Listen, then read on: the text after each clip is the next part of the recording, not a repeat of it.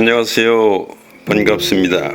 이 강좌는 진리의 사랑 세계 선교회에서 주관하는 성경 특강 시리즈로서 오늘은 구름을 타고 오시리라 이 참뜻이라는 주제로 마련한 8번째 시간입니다. 오늘을 사는 그리스도인들에게 가장 큰 소망은 파루시아, 곧 예수 그리스도의 재림일 것입니다. 그리스도의 재림은 신약 성경에만 331회 언급될 만큼 예수 그리스도 구원 사역의 핵심이자 귀결을 의미하며 하나님 창세전 뜻의 성취이자 하나님 나라의 완성을 뜻하기 때문입니다. 그러나 하나님의 나라는 볼 수 있게 임하는 것이 아니요 또 여기 있다 저기 있다고도 못하리니 하나님의 나라는 너희 안에 있느니라 는 예수의 말씀처럼 하나님의 나라는 먼저 우리 안에서 이루어지는 것입니다.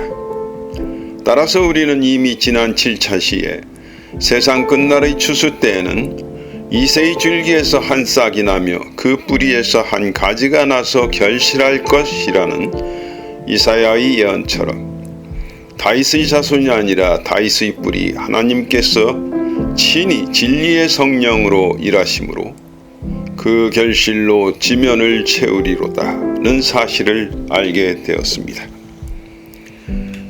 하나님은 영이시며 말씀이시고 사랑이십니다.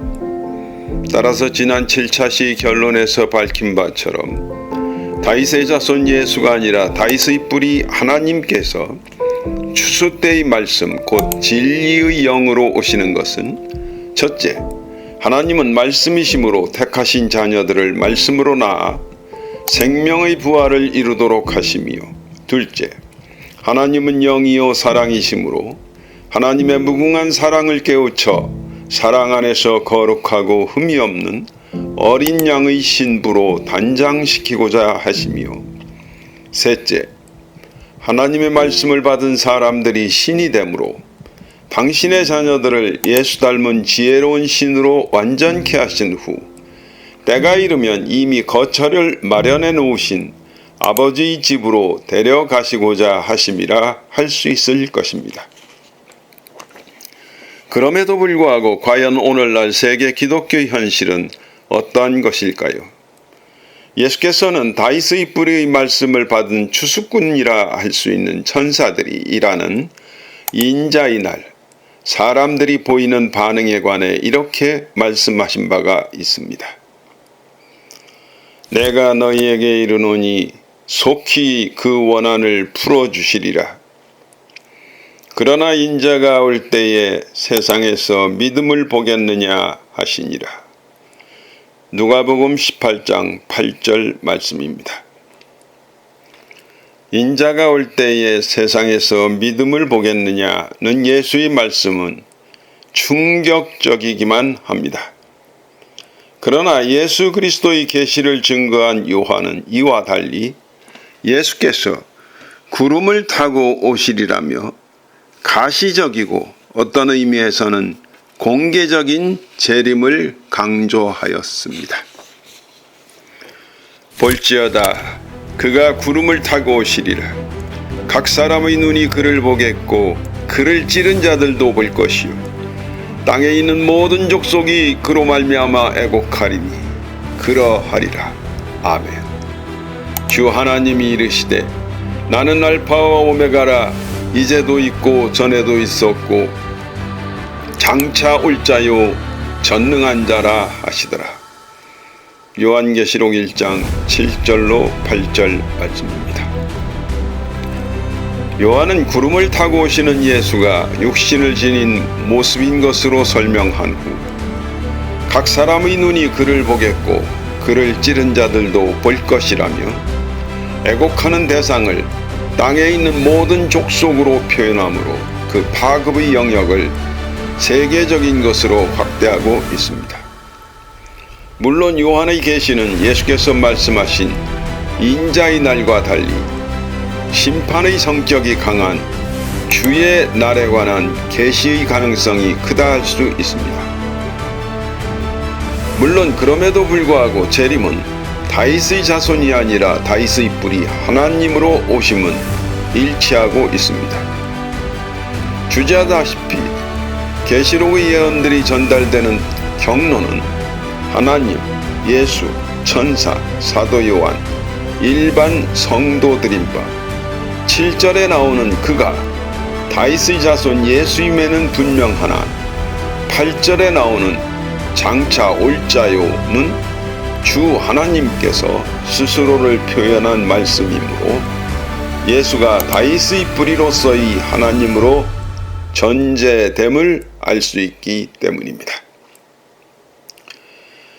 어쨌든 예수 재림에 관한 성경 예언의 해석은 하나님께서 일하시는 단계에 따라 일정한 시간적 격차가 있음에도 불구하고 천사라 칭하는 주수꾼들이 다윗의 뿌리의 말씀을 전해 피할 길을 가르쳐 주시는 인자의 날과 불심판을 앞둔 세상 끝날의 종말론적 상황으로서의 주의 날이 병행되어 언급하는 경우가 있어 해석을 어렵게 하는 것입니다.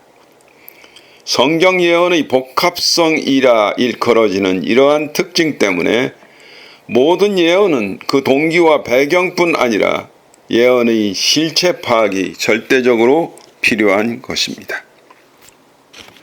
그날 환란 후에 즉시 해가 어두워지며 달이 빛을 내지 아니하며 별들이 하늘에서 떨어지며 하늘의 권능들이 흔들리리라.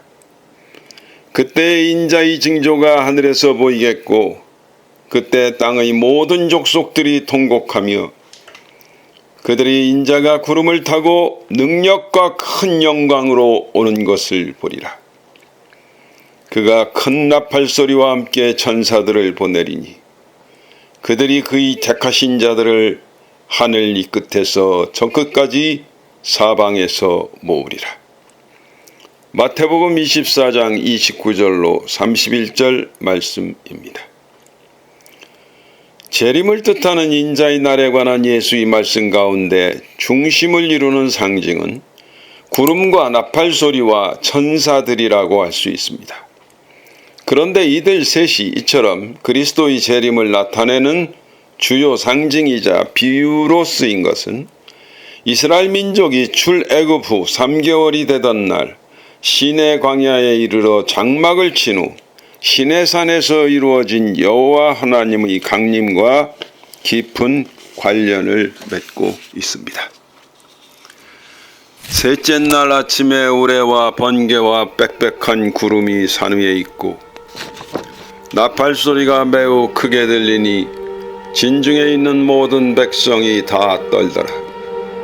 모세가 하나님을 맞으려고 백성을 거느리고 진에서 나오매 그들이 산기슭에 서 있는데 시내산의 연기가 자욱하니 여호와께서 불 가운데서 거기 강림하심이라. 그 연기가 온기가 마 연기같이 떠오르고 온 산이 크게 진동하며 나팔 소리가 점점 커질 때에 모세가 말한즉 하나님이 음성으로 대답하시더라. 출애굽기 19장 16절로 19절 말씀입니다. 하나님의 임재는 우레와 번개, 빽빽한 구름, 큰 나팔 소리, 자욱한 연기와 불, 산의 진동 등 그야말로 초자연적 현상들을 동반한 장엄한 광경으로 이루어졌습니다. 이렇게 본다면 예수께서 그때에 인자의 징조가 하늘에서 보이겠고 말씀하신 그들이 인자가 구름을 타고 능력과 큰 영광으로 오는 것을 보리라.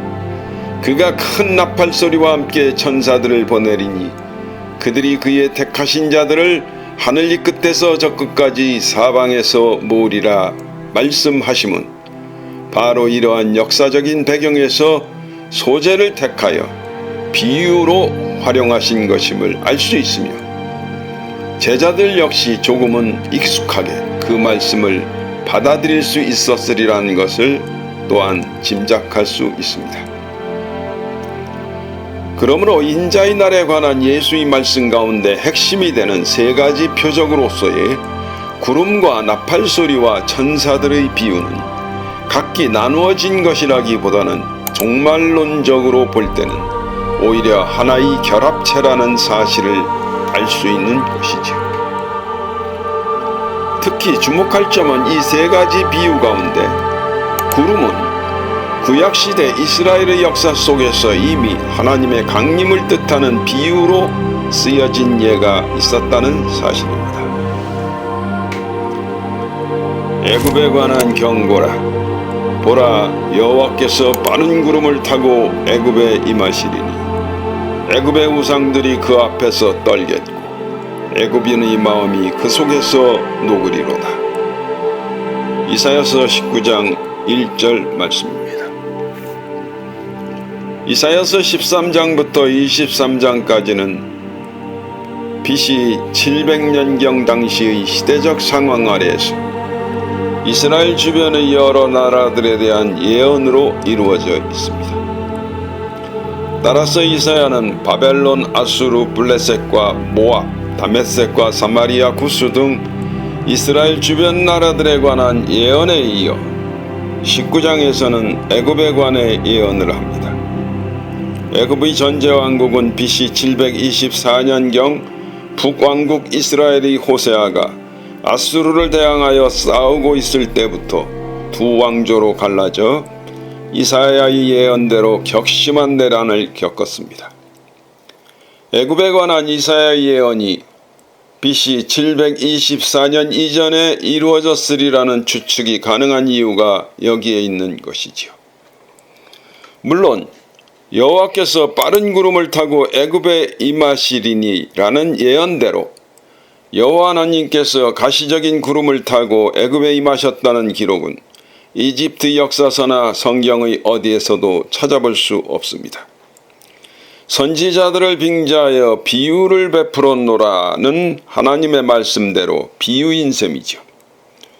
주제하다시피 애굽은 조상 아브라함 때부터 이스라엘 사람들이 어려움을 겪을 때마다 가장 쉬운 피난처로 몸을 의탁한 곳이며, 그러다 보니 이스라엘인들의 마음속에는 애굽의 우상들과 그 번영에 대한 동경이 은연중에 자리 잡게 되었던 것입니다.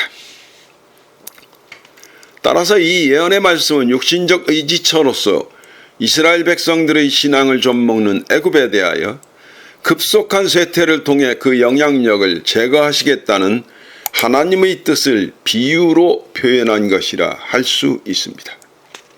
물론 빠른 구름은 신속하고도 분명하게 예언을 성취하시는 하나님의 능력을 상징하며, 이렇듯 구름은 이미 하나님의 작정과 능력을 나타내주는 핵심적 비유로 사용된 전례가 있는 것입니다. 따라서 볼지어다 그가 구름을 타고 오시리라는 예언은 문자적 의미를 넘어 그 비유의 참뜻을 찾아야 하는 것입니다.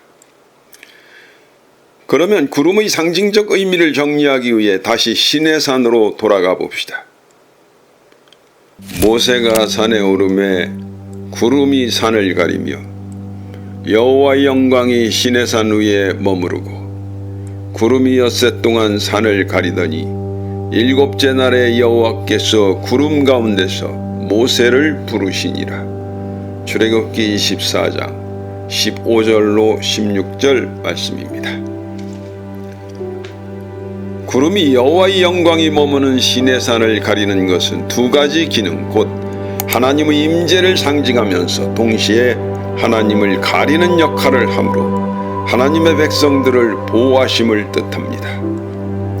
시내산에 임재하신 하나님께서 모세에게 내가 내 얼굴을 보지 못하리니 나를 보고 살 자가 없음이니라 말씀하신 후 모세를 반석 틈에 두고 내가 지나도록 내 손으로 너를 덮었다가 손을 거두리니 내가 내 등을 볼 것이요 얼굴은 보지 못하리라며 모세를 보호하셨음이 이를 증명해 줍니다. 그러므로 그리스도의 재림을 뜻하는 비유로서의 구름 역시 동일한 기능을 하고 있는 것입니다. 히브리서 저자가 우리에게 구름같이 둘러싼 허다한 증인들이 있으니 라며 구름을 만인 증인들에 비유하고 있는 것이 전자 곧 임재의 기능이라면, 바울이 하나님은 가까이 가지 못할 빛에 거하시고 어떤 사람도 보지 못하였고 또 볼 수 없는 이 라케시함은 후자적 가림의 기능을 강조함이라는 것이죠. 그렇다면 요한이 볼지어다 그가 구름을 타고 오시리라 예언한 이유는 무엇일까요? 하나님의 임재는 반드시 가려져야 하며 그것은 심지어 대속제일에 지성소에 들어가는 대제사장조차 반드시 향연으로 증거계의 속죄소를 가려야만 죽지 않는다 하여 적용되는 율례입니다. 사실 예수께서도 하나님의 영광의 광채시요 그 본체의 형상이시나 육체를 지니고 오심으로 예수 육체가 곧 본체로서의 하나님을 가리우는 구름의 기능을 한 것으로 볼 수 있으며, 예수께서는 동시에 아들의 자격으로 하나님을 증거하는 증인으로서의 역할을 감당하신 셈이라 할 수 있습니다. 예수께서 숨을 거두는 순간 하나님의 임재를 상징하는 지성소를 가리고 있던 휘장이 위로부터 아래까지 찢어진 이유가 바로 여기에 있습니다. 구름처럼 가리는 기능을 하던 육신이 죽자 휘장이 찢어지고 비로소 하나님이 임재하신 지성소의 길이 열리듯 이후 삼위일체 하나님 중 한 분으로서의 본체가 드러나셨기 때문이지요. 따라서 구름은 진리의 성령 하나님의 임재를 가리우는 역할과 말씀을 받은 사람들을 신이라 하셨듯이 진리의 말씀을 증거하는 증인으로서의 두 가지 기능을 상징한다 하겠습니다.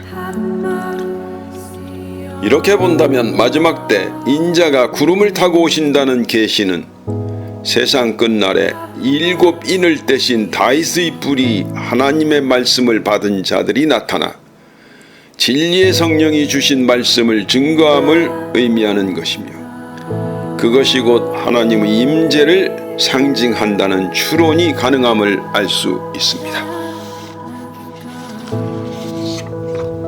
천사들에 비유되는 이들은 이미 그날에는 내가 아버지 안에 너희가 내 안에 내가 너희 안에 있는 것을 너희가 알리라는 말씀이 성취되어 하나님과 하나가 된 거룩한 자들이기 때문입니다. 그렇다면 세 가지 핵심적 비유 가운데 하나인 나팔소리는 무엇을 비유하는 것일까요? 시내산의 연기가 자욱하니 여호와께서 불 가운데서 거기 강림하심이라. 그 연기가 온기가 마연기같이 떠오르고 온 산이 크게 진동하며 나팔소리가 점점 커질 때에 모세가 말한즉 하나님이 음성으로 대답하시더라. 출애굽기 19장 18절로 19절 말씀입니다. 시내산에서의 하나님의 임재 광경을 다시 살펴보면 모세가 말한즉 하나님께서 음성으로 대답하시는데, 놀라운 것은 그 일이 조용한 가운데가 아니라 나팔소리가 점점 커질 때 일어났다는 사실입니다. 주위에 소리가 커지면 누구든 대화하기가 어려운데 모세가 말한즉 하나님께서 음성으로 대답하셨다는 사실은 우레와 번개와 빽빽한 구름과 불과 연기와 같은 현상들보다 나팔소리가 더욱 확실한 하나님의 임재와 말씀의 응답이라는 인상을 심어준 것입니다.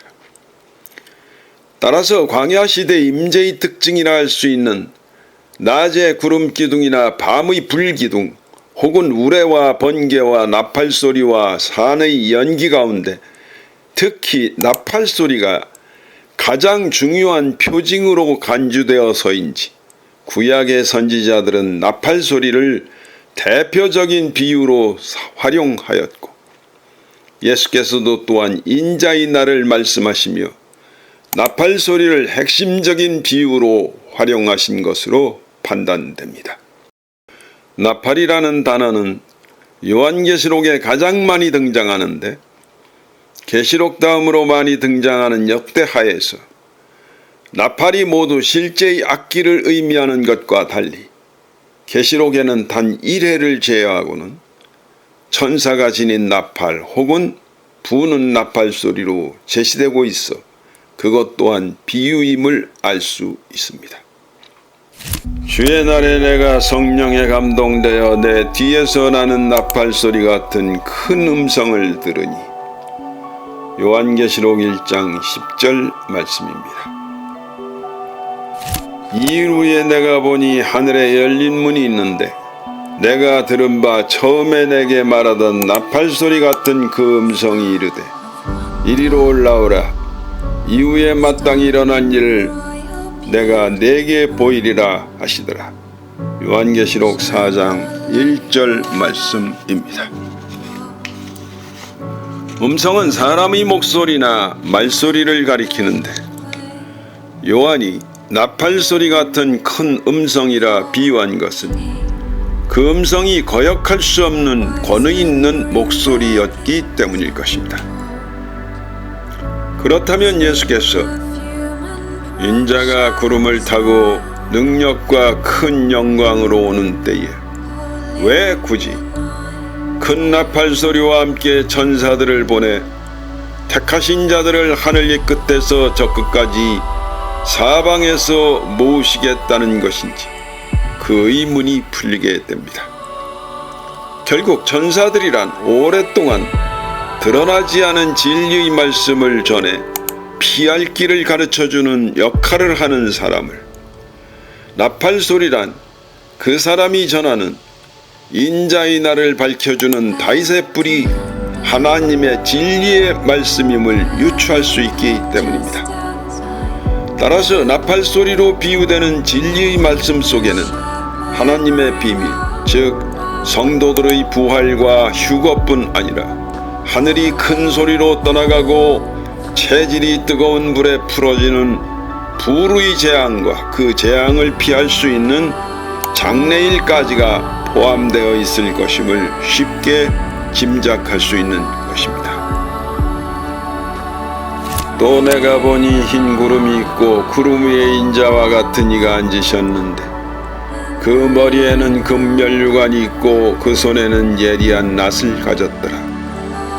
또 다른 천사가 성전으로부터 나와 구름 위에 앉은 이를 향하여 큰 음성으로 외쳐 이르되 당신의 낫을 휘둘러 거두소서. 땅의 곡식이 다 익어 거둘 때가 이르렀음이니이다 하니 구름 위에 앉으신 이가 낫을 땅에 휘두르매 땅의 곡식이 거두어지니라. 요한계시록 14장 13절로 16절 말씀입니다. 세상 끝날에 하늘 이 끝에서 저 끝까지 사방에서 알곡을 추수하는 이들이 나타나 소돔성에 나타난 두 천사와 같은 역할을 한다 해도 진리의 말씀을 증거하는 사람들을 상징하는 구름 위에 앉으신 이는 인자입니다. 다윗의 뿌리 하나님께서 구름 위에 앉아 낫을 땅에 휘두르고 계신 것이죠. 히브리서 이 저자가 우리에게 구름같이 둘러싼 허다한 증인들이 있으니 라고 진술하고 요한이 볼지어다 그가 구름을 타고 오시리라 하신 이유가 여기에 있습니다. 다시 강조하거니와 인자의 날과 관련한 핵심 상징이라 할 수 있는 나팔 소리와 구름과 천사들이 종말론적으로 볼 때는 결국 하나의 상징적 결합체인 것입니다. 수수 때에 내가 추수꾼들에게 말하기를 가라지는 먼저 거두어 불사르게 단으로 묶고 곡식은 모아 내 곡간에 넣으라 하리라는 예수의 말씀처럼 그리스도 안에서 택함을 받은 자들은 천사처럼 나타난 주수꾼들이 전하는 다윗의 뿌리의 말씀을 듣고 인도함을 받아 마침내 하나님의 장막 거룩한 성 예루살렘으로 들어가는 것입니다. 그렇다면 하나님께서는 이처럼 복잡하고 뜻이 깊은 비유의 말씀으로 우리를 기르시는 것일까요? 예수께서는 제자들의 동일한 질문에 이렇게 답을 하신 바 있습니다.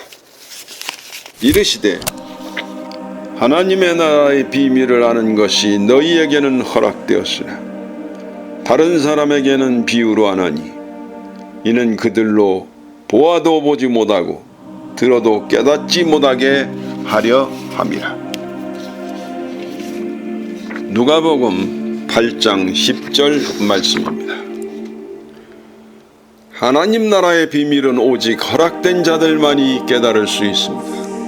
나팔소리는 모두가 비유로 이루어져 있으며 그 안에 하나님 나라의 모든 비밀이 담겨 있는 것입니다.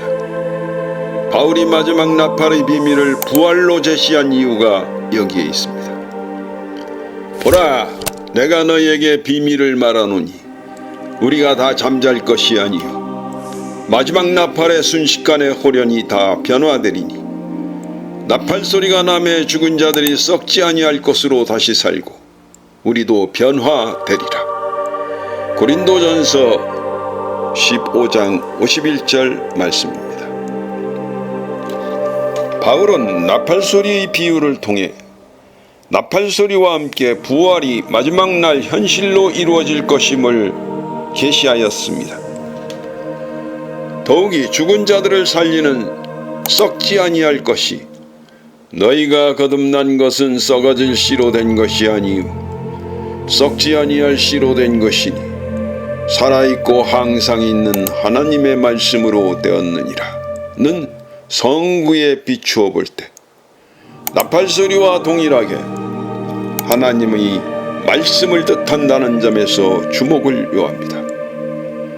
더욱이 예수께서도 생전에 생명의 부활과 심판의 부활에 관해 강조하시기 전에 아버지께서 아들을 사랑하사 자기가 행하시는 것을 다 아들에게 보이시고 또 그보다 더 큰 일을 보이사 너희로 놀랍게 여기게 하시리라 말씀하셨습니다. 즉 진리의 성령께서 주시는 말씀이 들려오면 감췄던 하나님의 비밀이 드러나고 더 큰 일이 드러나 우리로 하여금 놀라게 하시리라는 것입니다. 특히 요한이 강조한 7째 천사가 부는 나팔이 중요한 것은 하나님이 그의 종 선지자들에게 전하신 복음과 같이 하나님의 그 비밀이 이루어지리라는 예언 때문입니다. 그러나 허락된 자들은 아무리 어려운 비유의 말씀이라도 쉽게 들을 수 있는 귀를 가지고 있지만 다른 사람들은 비유의 속뜻을 알기가 매우 어렵습니다. 예수께서 귀 있는 자는 들을지어다 라거나 들을 귀 있는 자는 들으라 말씀하시고 요한계시록 2장과 3장에서 7 교회를 향해 귀 있는 자는 성령이 교회들에게 하시는 말씀을 들을지어다 라고 반복해서 강조하시는 이유가 여기에 있습니다. 귀가 있다 해서 다 듣는 것이 아니라 시내산의 연기가 옹기가마 연기같이 떠오르고 온 산이 크게 진동하며 나팔 소리가 점점 커질 때에도 모세가 하나님의 음성을 듣듯이 들을 귀 있는 자들만이 들을 수 있는 것이 바로 다윗의 뿌리 하나님께서 열어주시는 진리의 말씀인 것입니다. 그렇듯 오직 마음을 다하고 뜻을 다하고 힘을 다하여 하나님을 사랑하고 하나님을 찾는 자가 곧 하나님을 만나게 되는 것이지요. 그러나 주 2000년이 지난 이 시점에도 구름을 타고 오시는 다윗의 자손만을 기다리며 아직도 막연하게 마음속 하늘만 바라보고 있는 성도들이 있는 것은 아닌지 참으로 안타깝기만 합니다. 앞으로 계속해서 인자의 날에만 받을 수 있는 감추었던 만나를 나누어 드릴 이 강좌를 통해 시청하신 모든 분들이 생명의 부활로 나와 영생의 축복을 누리시길 주님의 이름으로 축원합니다. 아멘. 감사합니다.